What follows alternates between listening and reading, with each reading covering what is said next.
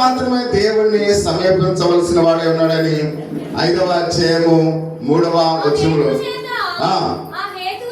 ఆ హేతువు చేత ప్రజల కొరకు ఎలాగూ అలాగునే తన కొరకును పాపముల నిమిత్తము అర్పణలు చేయవలసిన వాడే. అంటే సంఘము కొరకు ఏ విధంగా పాప క్షమాపణ ప్రకటిస్తూ ఉన్నాడో, సంఘ కాపరి కూడా మొదటగా పాప క్షమాపణ పొందుకోవాలి. అందుకనే మీకు చాలాసార్లు చెప్తున్నాడు, సంఘ కాపరి అటువైపుకి ఇటువైపుకి ఎందుకు తిరుగుతూ ఉంటాడు? ఎలా తిరిగా ఉంటుంది? దాని అర్థం ఏంటి? ఈ విషయాలన్నీ కూడా యేసయ్యకు చెప్తున్నాడు. ఎలా తిరుగుతున్నాడంటే అర్థం ఏంటి? ఆయన ఏమైతే చెప్తూ ఉన్నాడో ఆ విషయాలను కూడా అంటే యాజకుడు మీడియేటర్ గా ఉన్నాడు. ఆయన చెప్పేది మీకు చెప్పడం, మీకు చెప్పేది ఆయనకు చెప్పడం. అంటే యాజకుడు ఏమైనాడు? ఇప్పుడు మధ్యవర్తి అయి ఉన్నాడు. యాజకుడు ఏమైనాడట? మధ్యవర్తి అయి ఉన్నాడు. కొంతమంది పాస్టర్ గారు కొత్త వాళ్ళు ఎవరైనా వచ్చారనుకోండి, అటు తిరుగుతున్నాడంటే ఇటు తిరుగుతున్నాడని అనుకుంటారు. అంటే మనం లోదన్స్ గా మనం ఏం చేస్తున్నాం అది మనకు తెలుసు కాబట్టి, అంటే యాజకుడు ఏమై ఉన్నాడు? మధ్యవర్తి అయి ఉన్నాడు అనే విషయాన్ని చాలా తేటతెల్లగా చెప్తున్నట్టుగా మనం చూస్తున్నాం. ఇప్పుడు యేసు వచ్చిన తర్వాత ఆ ప్రధాన యాజకుడు, ఆయన గొప్ప ప్రధాన యాజకుడు 14వ వచనంలో మనం చూస్తూ ఉన్నాం. ఒకసారి చూద్దాం. అభ్యాసం చేత ఏప్రిల్ రాసిన పత్రిక 4వ అధ్యాయం 14వ వచనం. ఆకాశ మండలం గుండా వెళ్ళిన దేవుని కుమారుడైన యేసు అది ప్రధాన యాజకుడు మనకు ఉన్నాడు. అంటే ఇక్కడ మనం చూస్తూ ఉన్నాం, ఆయన ప్రధాన యాజకుడు కానీ ఆయన గొప్ప ప్రధాన యాజకుడు. ఇక్కడ ఏ పదం ఆడైంది? గొప్ప. అంటే గొప్ప అంటే అర్థం ఏంటి? అందరికన్నా ఎక్కువ. అంటే ఈ లోకములో ఉన్న యాజకులందరికన్నా యేసుక్రీస్తు వారికి వచ్చిన తర్వాత ఇప్పుడు నాకన్నా ఎవరు ప్రధాన యాజకుడు? ఆయన. మీకు అర్థమవుతుందా? చూడండి, ఎప్పుడైనా మీరు మీటింగ్స్కి వెళ్తున్నప్పుడు మన గ్రామానికి కలెక్టర్ గారు వచ్చారనుకోండి, అందరూ కూడా కలెక్టర్ గారికి చాలా విధేయత వినయాన్ని చూపిస్తారు. అవునా? చూపిస్తారు. వాళ్ళ కింద ఉన్న స్టాఫ్ అంతా కూడా వణుకుపోతూ ఉంటారు. అవునా? వణుకుపోతూ ఉంటారు. సపోజ్ కలెక్టర్ గారు ఉన్న తర్వాత సీఎం గారు వచ్చారనుకోండి, ఇప్పుడు సీఎం వచ్చిన తర్వాత కలెక్టర్ వణుకుపోతారు. మీకు అర్థమవుతుందా? అప్పుడు వరకు కలెక్టర్ గారిని చూసి వాళ్ళందరూ వణుకుపోయారు. ఇప్పుడు ముఖ్యమంత్రి గారిని చూసి ఏమవుతారు? కలెక్టర్లు వణుకుపోతారు. ఎందుకు వణుకుపోతున్నారు? అంటే కలెక్టర్ కన్నా అతడు గొప్పవాడు. అలాగే ఇప్పుడు మనం చూస్తూ ఉన్నాం, పాత నిబంధన కాలంలో ఉన్న యాజకులందరూ కొన్నా ఈయన అలాంటి వాడ గొప్పవాడు. అంటే ఇప్పుడు ఈ పాత నిబంధనలో ఉన్న యాజకుల కన్నా ఇప్పుడు ఎవరు ఎక్కువ? యేసుక్రీస్తు వారు ఎక్కువ. అంటే ఇప్పుడు ఎవరు ఎక్కువ అంట? మనకి యేసుక్రీస్తు అనే ఒక గొప్ప ప్రధాన యాజకుడు మనకున్నాడు అనే విషయానికి మనం చూస్తూ ఉన్నాం. అంటే ఇక్కడ మనం చూస్తే పాత నిబంధనలో ప్రధాన యాజకులు చేసిన క్రియలు యేసుక్రీస్తు ఖచ్చితంగా ఆయన చేసి ఉన్నాడు. ప్రియమైన వాళ్ళలో అంటే పాత నిబంధన యాజకులు పాపముల కొరకు అర్పణ ఎలా చెల్లించారో, ప్రభువైన యేసుక్రీస్తు గారు కూడా సర్వమానవాళి పాపముల కొరకు ఆయన ఏం చేశాడు? అర్పణ చెల్లించినట్లుగా మనం చూస్తున్నాం. ఈయన పాపముల నిమిత్తము బలిని అర్పించాడు అనే విషయానికి మనం చూస్తూ ఉన్నాం. అంటే ప్రియ సహోదరి సహోదరులు, ఆయన అర్పించిన బలి పరిశుద్ధమైన తన జీవితం అని మనం గమనించాలి. అంటే పాత నిబంధనలో ఉన్న యాజకులు ఏమి అర్పించారు? పశువులను అర్పించారు. కానీ ఇక్కడ కొత్త నిబంధనలో ఉన్న ఆ పాత నిబంధనలో ఉన్న యాజకుల కన్నా గొప్ప ప్రవక్త అయినా గొప్ప యాజకుడైన యేసుక్రీస్తు వారు తన జీవితాన్ని అర్పించాడు.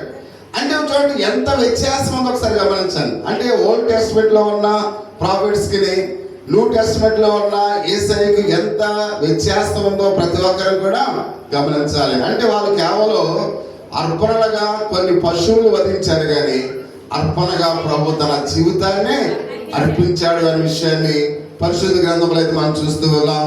అంటే ప్రియ సహోదరి సహోదరుడు మాట్లాడుతూ ఉన్నాడు, ఆయన రక్తము ద్వారా పాపమంతా కూడా కడిగి వేసినట్లుగా మనం చూస్తూ ఉన్నాం.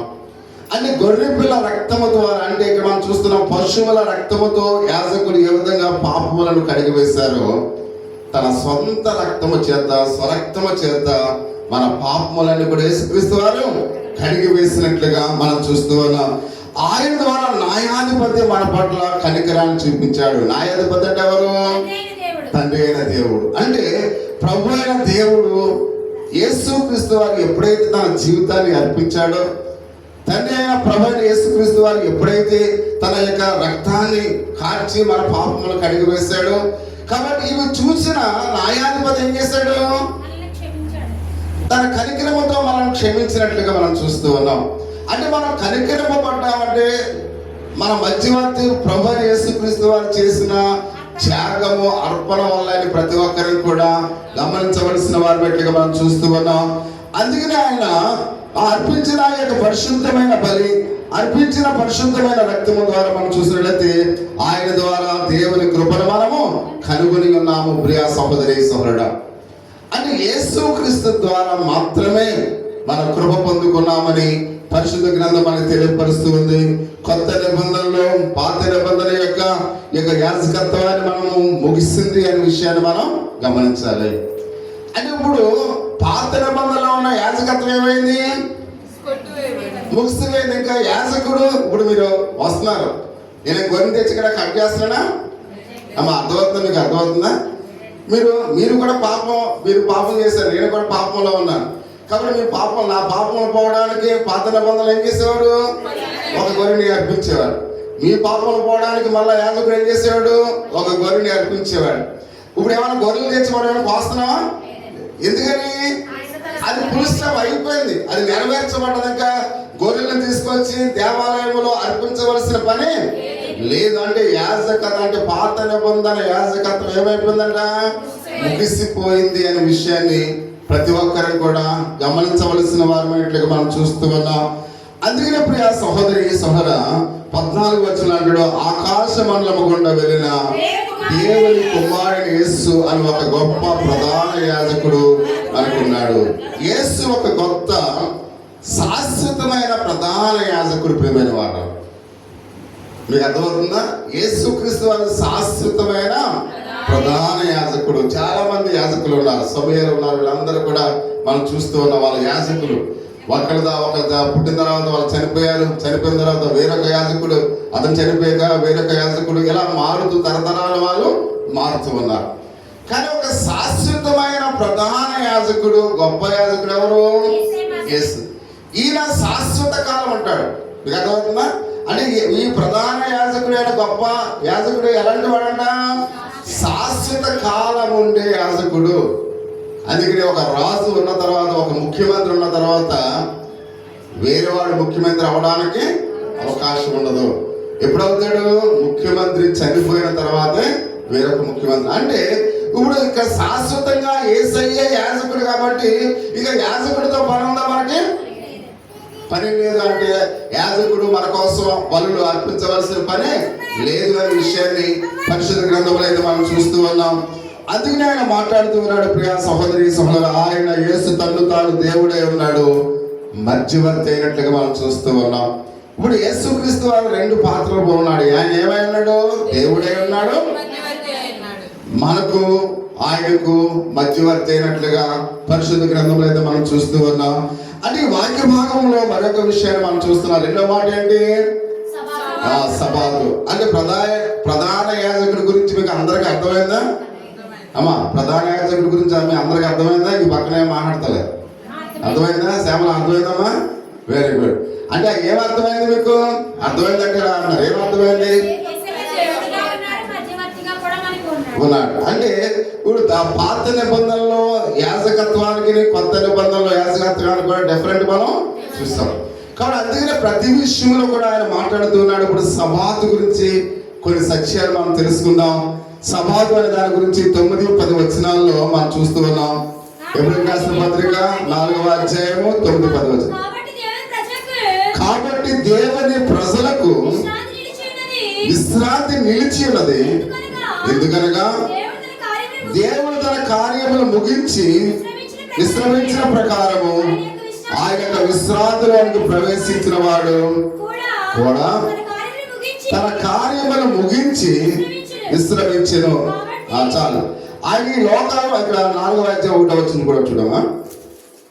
4వ ఆయన యొక్క విశ్రాంతిలో ప్రవేశించిన వాగ్దానము ఇంకా నిలిచి ఉండగా మీలో ఎవడైనా ఒకవేళ ఆ వాగ్దానం పొందకుండా తప్పిపోనేమని భయము కలిగి ఉందము అని చెప్పబడినట్లుగా మనం చూస్తూ ఉన్నాం.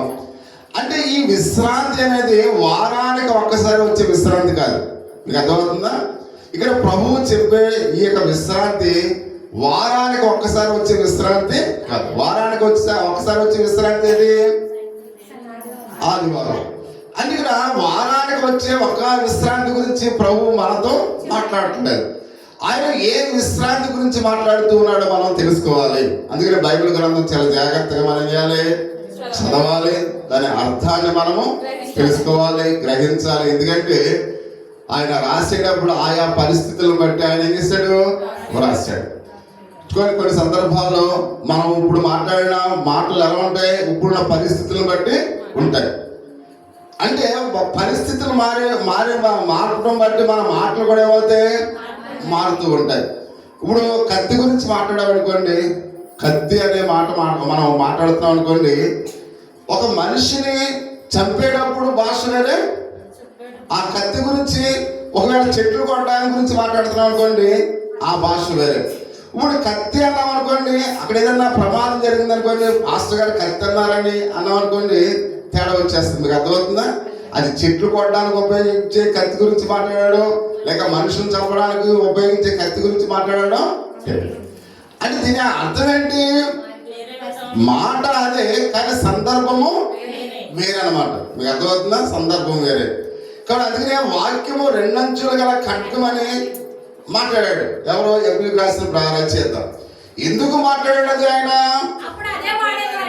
అంటే ఆ దినాల్లో ఆ మామూలుగా రోమన్ సైనికుల యొక్క ఖడ్గాలు 2 వైపులు కూడా పదునుండేది. కాబట్టి అప్పుడు మాట్లాడే ఆ మాట, ఆ 2 అంచుల ఖడ్గం అంటే ఆ దినాల్లో ఉన్న ఆ ఆయుధం అందరికీ తెలుసు. కాబట్టి అది ఎంత సాఫ్ట్గా అంటే దీనికి ఎంత చురుకుగా ఉంటుంది, ఎంత పదునైనదిగా ఉంటుందని అప్పుడున్న ప్రజలకు అది తెలుసు. కాబట్టి దాన్ని అక్కడ వాక్యాన్ని అన్వయించినప్పుడు అక్కడున్న ప్రజలు ఏమనుకున్నారు? ఇది ఎంత సాఫ్ట్గా ఉంటుందో దేవుని వాక్యము కూడా అంత పదునైనదిగా ఉంటుందని గ్రహించడం కోసం ఆ పదాన్ని ఏం చేశాడైనా వాడాడు. అంటే బైబిల్లో అందుకే కొన్ని పిక్చర్ లాంగ్వేజ్ అంటారు. అంటే పిక్చర్ అంటే ఆ మామూలుగా ఒక చిత్రకారుడు ఆ మాటలు బట్టి ఒక చిత్రాన్ని గీసేవాడుగా ఉంటాడు. అందుకనే వాక్యము చాలా జాగ్రత్తగా వినాలి. అందుకనే ఏదో ఎక్కడ వాడిన మాట ఇక్కడ మనం ఉపయోగించకూడదు. ఆ సందర్భం ఏంటి అనేది తెలియాలి. ఆ సందర్భం ఏంటని తెలియాలంటే బైబిల్లో అది ఉండదు. దాని యొక్క కొన్ని డిక్షనరీలు ఉంటాయి, దాని వ్యాఖ్యానాలు ఉంటాయి, ఆ రచయితలు రాసిన వ్యాఖ్యానాలు ఇవన్నీ కూడా చదవాలి. చదివితే దాంట్లో అది ఎందుకు, ఆ సమయం ఏంటి, ఆ సందర్భంలో ఎందుకు మాట్లాడాడో అని రాయబడి ఉంటాయి. అందుకని ప్రతిదీ కూడా మనం వాక్యాన్ని చదివేటప్పుడు ఆ మిడిమిడి జ్ఞానంతో మనం ఎప్పుడు కూడా మాట్లాడకూడదు ప్రియా సహోదరి సోదరుడా. అందుకని ఇక్కడ మనం చూస్తూ ఉన్నాం. ఈ యొక్క పదాన్ని ఎందుకు ఆయన వాడాడో ప్రతి ఒక్కరికి కూడా గమనించవలసినట్లుగా మనం చూస్తున్నట్టే సబాతు అనగా విశ్రాంతి. విశ్రాంతి అంటే వారానికి సంబంధించిన విశ్రాంతి కాదు అనే విషయాన్ని పరిశుద్ధ గ్రంథంలో అయితే మనం చూస్తూ ఉన్నాం. అందుకనే అంటూ ఉన్నాడు, మనము పరలోకాన్ని కనుగొందము అని ఆయన మాట్లాడుతూ ఉన్నాడు. అంటే పరలోకంలో కనుగొనే నిత్యమైన విశ్రాంతి గురించి ఆయన మాట్లాడుతూ ఉన్నాడు. ఏ విశ్రాంతి గురించి మాట్లాడుతున్నాడు ఆయన? పరలోక రాజ్యములో ఉన్న నిత్య విశ్రాంతి. ఇందాక మనం చూస్తాం, మన యొక్క జీవితం ఏమైంది? ప్రయాణము. 30 సంవత్సరాలు, 60 సంవత్సరాలు, 90 సంవత్సరాలు. అక్కడి నుంచి మనకి ఏమిస్తాడు ఆయన? విశ్రాంతిని ఇస్తాడు. విశ్రాంతి ఎక్కడిస్తాడు ఆయన?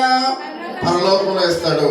అంటే ఈ యొక్క పరలోకమైన నిత్య విశ్రాంతి గురించి ఇప్పుడు ఈ రచయిత ఏం చేస్తున్నాడు? మాట్లాడుతూ ఉన్నాడు. రచయిత ఎందుకంటున్నాం? ఈ రాసిన వాడు ఎవరో తెలియదు. కొంతమంది ఏమన్నారు? పౌలు గారు రాస్తారేమో అనుకున్నారు, అంతే. ఊహని మనం ఎప్పుడు కూడా అపోస్తలుడైన పౌలు రాసిన ఏప్రిల్ రాసిన పత్రిక అని చెప్పకూడదు. ఎందుకని? అదే ఎవరు రాస్తారో తెలియదు కాబట్టి. అదే ప్రతిదీ కూడా వాస్తవాన్ని మనం ఏం చేయాలి, మాట్లాడాలి. అంటే కొన్ని సందర్భాలు పౌలు గారు ఉపయోగించిన మాటలు అలాగే ఒక పోలిక ఉన్నాయని ఏం చేస్తున్నారు, పౌలు గారు రాస్తారని అంటున్నారు. కానీ పౌలు గారు అది రాస్తారో లేదో మనకి తెలియదు. కాబట్టి అంతేనే ఇక్కడ మనం చూస్తూ ఉన్నాం, ప్రతి విషయంలో కూడా దేవుని యొక్క వాక్య భాగాన్ని మనం ఆలోచన చేస్తూ ఉన్నప్పుడు ఆయన మాట్లాడుతున్నాడు. పరలోక విశ్రాంతి, నిత్యమైన విశ్రాంతి గురించి మాటలు రాయబడినట్టుగా మనం చూస్తూ ఉన్నాం. ఎందుకంటే పరలోక రాజ్యంలో దేవుని చేత నిర్మింపబడిన అద్భుతమైన గృహం ప్రియమైన మాట. ఆ అద్భుతమైన గృహములో అది మన క్రియల చేత కట్టబడిన గృహం కాదు. పరలోక రాజ్యములో ఆయన ఒక గృహాన్ని నిర్మించు ఉన్నాడు. అది యోహాను సువార్త 14వ అధ్యాయంలో మీకు అనేకమైన నివాసములు సిద్ధపరచడానికి ఆయన పరలోకానికి వెళ్తూ ఉన్నాడు. అయితే ఇప్పుడు మన పరలోక రాజ్యంలో యేసయ్య మనందరికీ గృహాలు కడుతూ ఉన్నాడు. ఎక్కడైతే లోక సంబంధమైన మన తండ్రులు మన గృహాలు కడుతూ ఉంటారు, ఆ లోక సంబంధమైన గృహాల్లో మనం నివసించినప్పుడు కూడా అది మనకు నిత్య విశ్రాంతిని ఒకవేళ ఆ గృహంలో మనం ఉంటే ఏదో ఒకటి, ఒకవేళ గ్యాస్ అయిపోవచ్చు, లేకపోతే ఆహారం తక్కువ రావచ్చు, వస్త్రాలు లేకపోవచ్చు, వేదనలు, బాధలు, కష్టాలు అన్ని కూడా మనకి వస్తున్నాయి. అంటే ఈ గృహంలో నిజమైన నిత్య విశ్రాంతి అనేది మనకుందా? లేదు. ఒకరోజు ఒకవేళ బిర్యానీ చేసుకున్నాం, ఈ ఆదివారం బిర్యానీ చేసుకున్నాం అనుకోండి, పిల్లలందరూ కూడా హ్యాపీగా ఉంటారు. సాయంకాలం చాలు ఇస్తారు, అందరూ కూడా కేకలు వేస్తారు. అంటే ఇప్పుడున్న ఈ సంతోషం సాయంకాలానికి ఉంటుందా? ఉండదు. అంటే ఇక నిత్యమైన విశ్రాంతి అనేది, నిత్యమైన ఆనందం అనేది మన గృహాల్లో ఉండదు ప్రియమైన మాట. కానీ యేసయ్య కట్టిన గృహంలో నిత్యమైన ఆనందము, అక్కడ నిత్యమైన సంతోషము.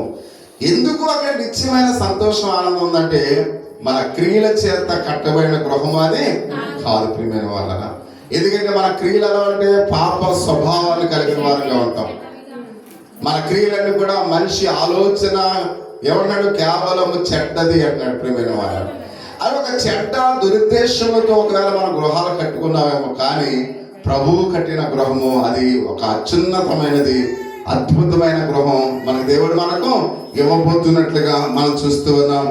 అందుకనే దాని యొక్క ప్రియ సహోదరి సహోదరు, దానిలో విశ్రాంతి అనేది ఎలా ఉంటుందంట, నిత్యమై ఉన్నది. విశ్రాంతితో పాటు సమాధానంలోనికి మనం ఏం చేస్తామంట, ప్రవేశిస్తూ ఉంటాం. ఆ ఇంటిలోని మనం ఎప్పుడైతే అడుగు పెట్టామో అక్కడ అంతా కూడా పీస్ఫుల్ గా ఉంటుంది ప్రియమైన వాళ్ళ. అక్కడ ఎలా ఉంటుంది వాతావరణం, ప్రశాంతంగా ఉంటుంది. చూడండి, ఎప్పుడైనా మన యొక్క హృదయంలో లేక మనం కలవర పడుతున్నప్పుడు ఒక మంచి పార్క్కి వెళ్ళాం అనుకోండి, అక్కడ చక్కగా కూర్చుని ఆలోచిస్తే మన ఆలోచన అంతా కూడా ఎలా ఉంటుంది, ప్రశాంతతగా ఉంటుంది. అందుకని ఎప్పుడు కూడా మనం కొన్ని సందర్భాల్లో డాక్టర్లు చెప్తారు, ఒకవేళ నీకు మనశ్శాంతి సరిగ్గా లేకపోతే ప్రశాంతమైన వాతావరణంలో కూర్చో అని చెప్తారు.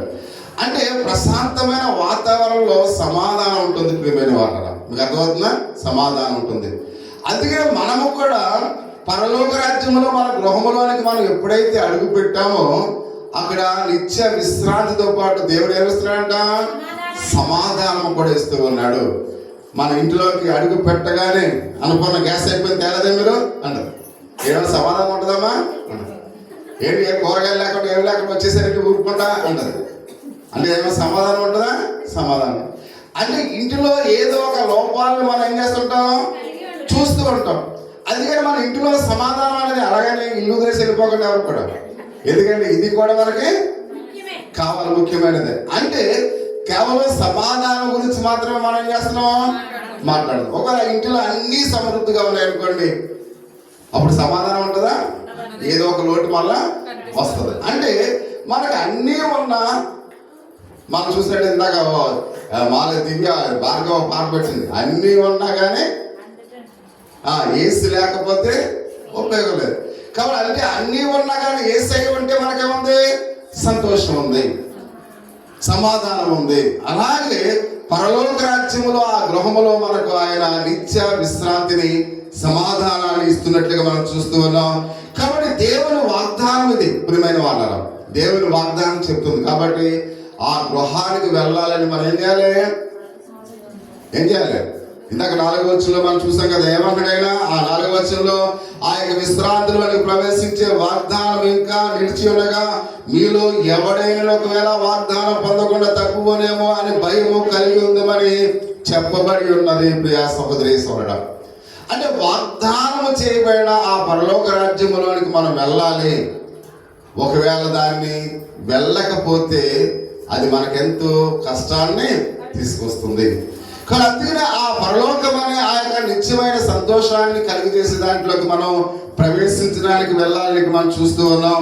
అందుకనే ప్రియా సహోదరి సోదరు అంటూ ఉన్నాడు, నిత్య విశ్రాంతి గురించి ఆయన మాట్లాడుతూ ఉన్నాడు.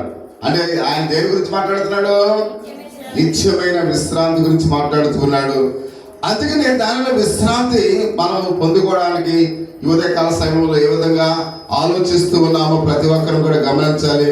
అది ఏప్రిల్ రాసిన పత్రికలో మనం విశ్రాంతి గురించి మాట్లాడుతున్నప్పుడు, సువార్త గురించి మాట్లాడుతూ ఉన్నప్పుడు, అని మన పాపం గురించి, ధర్మశాస్త్రం గురించి మాట్లాడుతున్నప్పుడు ప్రియమైన వాళ్ళరా, కాబట్టి దేవుని ప్రజల కొరకు విశ్రాంతి అనేది నిత్యమైనది. అంటే సువార్త మీరు వింటున్నప్పుడు కూడా, ధర్మశాస్త్రాన్ని మీరు వింటున్నప్పుడు కూడా ఈ మాట మీకు ఏది అర్థం కావాలి?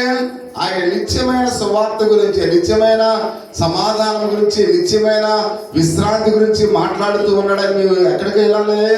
పరలోక రాజ్యంలో ఉన్న మన గృహానికి మీరు వెళ్ళవలసిన వారి ఇంటికి మనం చూస్తూ ఉన్నాం. అందుకనే ఇప్పుడు ఆ సహోదరి సహోదరు ఆయన అంటున్నాడు, చివరిగా ఒక మాట మనం చూస్తూ ఉన్నాం. ఆయన ఏమంటున్నాడంటే, కానీ వారానికి ఒకరోజు వచ్చే విశ్రాంతి కాదు అనే విషయాన్ని ఆయన మాట్లాడుతున్నాడు. కాబట్టి దేవుని ప్రజలకు విశ్రాంతి దేవుని చేత ఇవ్వబడి ఉన్నది. కానీ ప్రియా సహోదరి సోదరా, మనము చేస్తున్న వాటిని బట్టి కాదు. ప్రతి ఒక్కరికి కూడా గమనించాలి, మనం చేసే విధాన్ని బట్టి దేవుడు ఇస్తున్నాడా? ఇవ్వటం లేదనే విషయాన్ని మనం చూస్తూ ఉన్నాం. అందుకని ఆయన కొలస్సీలకు రాసిన పత్రిక 2వ అధ్యాయము 16-17 వచనాల్లో ఒక మాట మనం చూస్తూ ఉన్నాం. కాబట్టి అన్నపానముల విషయములైనను, పండుగ, అమావాస్య, విశ్రాంతి దినము అనే వాటి విషయములను మీరు తీర్పు తీర్చడానికైనా అవకాశం ఇవ్వకుడి. ఇవి రాబోయే వాటి ఛాయే గాని నిజ స్వరూపము క్రీస్తులో ఉన్నది అని ఆయన మాట్లాడుతూ ఉన్నాడు. అంటే ధర్మశాస్త్రము రాబోతున్న ఎక్కడైతే మేలులకు ఛాయే గాని అది ఏం కదంట, ఆ నిజ స్వరూపము క్రీస్తులో ఉన్నది అని ఆయన మాట్లాడుతూ ఉన్నాడు. అంటే ఆ వస్తువు నిజ స్వరూపం కలది కాదు అని ఆయన చెబుతున్నట్లుగా మనం చూస్తూ ఉన్నాం. అంటే ధర్మశాస్త్రం చెప్పేదంతా కూడా అది ఎలా ఉంది అమ్మా? చూడండి, ఇక్కడ మనం చూస్తున్నాం. మనం నిలనిచ్చున్నాం అనుకోండి, పక్కనే ఉంది మన నీడ ఉంటుంది. అంటే ఎప్పుడైతే మన యొక్క నీడ వచ్చిందనుకోండి, ఇప్పుడు ఎవరైనా వస్తున్నారనుకోండి, మనం ఎలా చూస్తాం? వాళ్ళ నీడ కనపడదనుకో మనం ఏమనుకుంటాం? అరే మీ డాడీ వస్తున్నాడు అంటాం. అంటే ఆ నీడను చూసి ఈ వ్యక్తి ఎవరో మనం చేస్తాం, చూస్తాం. అంటే ఇప్పుడు ధర్మశాస్త్రం అంతా కూడా ఎలా ఉందంట, అది ఒక నీడ వల్ల ఉంది. ఇప్పుడు సపోజ్ వచ్చేసాయి కదా, ఇప్పుడు శ్రీని వస్తున్నాడు, ఇది అంతమాన శ్రీని గురించి మాట్లాడదాం అనుకోలేదు. ఇప్పుడు శ్రీని వస్తున్నాడు, శ్రీని వచ్చిన తర్వాత మామూలు శైలు నీడ చూసింది, అమ్మ డాడీ వస్తున్నాడు అమ్మా అంది. కాబట్టి ఇప్పుడు శ్రీని వచ్చేసాడు. ఇప్పుడు వచ్చేసిన తర్వాత ఇంకా దేనితో పని లేదు, నీడతో పని లేదు. ఎందుకని? ఆల్రెడీ డాడీ వచ్చేసారు కాబట్టి. అంటే ఇప్పుడు ధర్మశాస్త్రం కూడా కాబట్టి ఇక్కడ ఒక నీడ వల్లే ఉంది. ఆ నీడ యేసుక్రీస్తు వారు వచ్చేసారు. యేసుక్రీస్తు వారు వచ్చేసిన తర్వాత ఆ యొక్క నీడతో పని మనకి పని లేదు. అంటే ఇప్పుడు ధర్మశాస్త్రంతో మనకి ఏం లేదు, పని లేదు. అంటే మనం ఎవరి కోసం అయితే ఎదురు చూస్తున్నామో ఆల్రెడీ ఆయన వచ్చేసాడు. కాబట్టి అందుకని ఇక్కడ ఏమంటుందంటే ఆయన నీడ ఉన్నాడు అనే విషయాన్ని మనం అంటే నిజ స్వరూపము క్రీస్తులో మనకున్నది అనే విషయాన్ని మనం చూస్తూ ఉన్నాం. అందుకనే ప్రియా సహోదరి సోదరుడు మాట్లాడుతున్నాడు. ఏప్రిల్ రాసిన పత్రిక 10వ అధ్యాయము 3వ వచనం ఒకసారి మనం చూద్దాం. ధర్మశాస్త్రము రాబోచున్న మేలు ఛాయే గలది కానీ ఆ వస్తువుల నిజ రూపము గలది కాదు అని ఆయన చెప్తూ ఉన్నాడు. పాత నిబంధనలో ధర్మశాస్త్రము ఇశ్రాయేలు ప్రజలకు రాబోతున్న యేసుక్రీస్తును మరియు ఆయన ఇవ్వబో ఆశీర్వాదములను తెలియజేస్తూ ఉంది. అంటే కేవలం ధర్మశాస్త్రము రాబోతున్న వాటి గురించి మాత్రమే తెలియజేస్తూ ఉంది. ఇంకా ఆయన వచ్చిన తర్వాత ఏం లేదు, ఇప్పుడు చూడండి, ఇప్పుడు ఎవరైనా ఒక కార్యక్రమాన్ని నడిపించేటప్పుడు ముఖ్య అధ్యక్షులుగా ఉండి ఏం చేస్తుంటారు? నడిపిస్తుంటారు. ఒకవేళ ఆ ముఖ్య అధ్యక్షుడు ఒకవేళ లేట్గా వచ్చాడు అనుకోండి, ఏం చేస్తారు? అప్పుడు సీన్ కొద్దిగా నడిపించుకుంటారు. ఇప్పుడు సీన్ ఇలా నడిపిస్తూ ఉంటాడు. మామూలుగా ముఖ్య అతిథిగా ముఖ్య అధ్యక్షుడిగా వచ్చేసాడు అనుకోండి, ఇప్పుడు సీన్ ఏం చేస్తాడు? మనకు ముఖ్య మామూలుగా అధ్యక్షులు వారు వచ్చారు, ఆయనకి నేను ఈ సమయాన్ని అప్పగిస్తున్నాను. అంటే ఇప్పుడు టెంపరీగా ఉన్న అధ్యక్షుడితో అక్కడ పని లేదు, ఎందుకని ఆయన వచ్చేసాడు కాబట్టి. అలాగే ధర్మశాస్త్రంతో కాబట్టి యేసుక్రీస్తు వారి గురించి ఎదురు చూస్తుంది కాబట్టి యేసుక్రీస్తు వారు వచ్చేసారు. ఇప్పుడు ఎవరితో పని లేదు? ధర్మశాస్త్రంతో మనకి పని లేదు అనే విషయాన్ని చాలా క్లియర్ గా ఆయన చెబుతూ ఉన్నట్లుగా మనం చూస్తూ ఉన్నాం. కానీ ఒక విషయాన్ని ఇక్కడ మనం గమనించాలి ప్రియా సహోదరి సహోదరు. ఆయన ఏమంటున్నాడంటే, ఆయన మనకు ఇవ్వబోతున్న ఆశీర్వాదముల గురించి మనం తెలుసుకోవాలి. ఆయన మన కొరకు ఏ విధమైన కార్యాన్ని చేశాడో మనము తెలుసుకోవలసిన వారి బయటకు మనం చూస్తున్నాం. పాత నిబంధనలో ఆజ్ఞలన్నీ కూడా ఏమై ఉన్నాయి? ఛాయే అయి ఉన్నాయి, అవి నీడ వలె ఉన్నాయి. అంటే యేసుక్రీస్తు వారు వచ్చిన తర్వాత ఆ నీడతో మనకి పని లేదని మనం చూస్తూ ఉన్నాం. కానీ అందుకనే ఆజ్ఞలన్నీ కూడా ఛాయ. అందుకనే అన్నాడు, ఎద్దుల రాసిన పత్రిక 10వ అధ్యాయం 4వ వచనం ఒకసారి చివరిగా మనం చూద్దాం. ఏలయనగా ఎడ్ల యొక్కయు మేకల యొక్కయు అసాధ్యం. చాలు ప్రియ సహోదరి సహోదర, ఇక్కడ ఎద్దుల రక్తమైనను ఆల్టర్ మీద ఒకవేళ చిందింపబడినప్పుడు ఏ వ్యక్తి యొక్క పాపము అది శుభ్రపరచగలదా? ఒకసారి గమనించాలి. నా వైపు చూడ. అంటే అప్పటి వరకు ప్రధాన యాజకుడు ఏం చేస్తున్నాడు? ఎడ్ల రక్తాన్ని వధించి అది ఏం చేస్తున్నాడు? ప్రతి దాని మీద చల్లుతూ ఉన్నాడు. ఈ చల్లుతున్న రక్తము ఎప్పుడైతే చల్లించబడ్డదో మనుషుని యొక్క పాపము పోతుందా అని ఒకసారి ఆలోచన చేస్తే ఏమన్నాడైనా? అది అసాధ్యం. అర్థమవుతుందా? అంటే ఒకవేళ మామూలుగా పొట్టేళ్ళ యొక్క రక్తము కానీ మామూలుగా చూస్తే ఎడ్ల యొక్క రక్తము కానీ ఒకవేళ ప్రోత్సహించినప్పుడు కూడా చల్లినప్పుడు కూడా ఏ మనుషుడి యొక్క పాపము పోదు అనే విషయాన్ని మనం చూస్తూ ఉన్నాం. కానీ ఎందుకు చేసేవారు వాళ్ళు? అర్థమవుతుందా మీకు? నేను చెప్పేది అంతే, ఇందాక జాగ్రత్తగా వినాలని. కాబట్టి ఎందుకు చేసేవారు వాళ్ళు? కాబట్టి మనం పాపము కాబట్టి ఇక్కడ పోదు అయినప్పుడు కూడా రక్తాన్ని ఎందుకు వాళ్ళు ప్రోత్సహించేవారు? అంటే వాళ్ళు ఏ విధంగా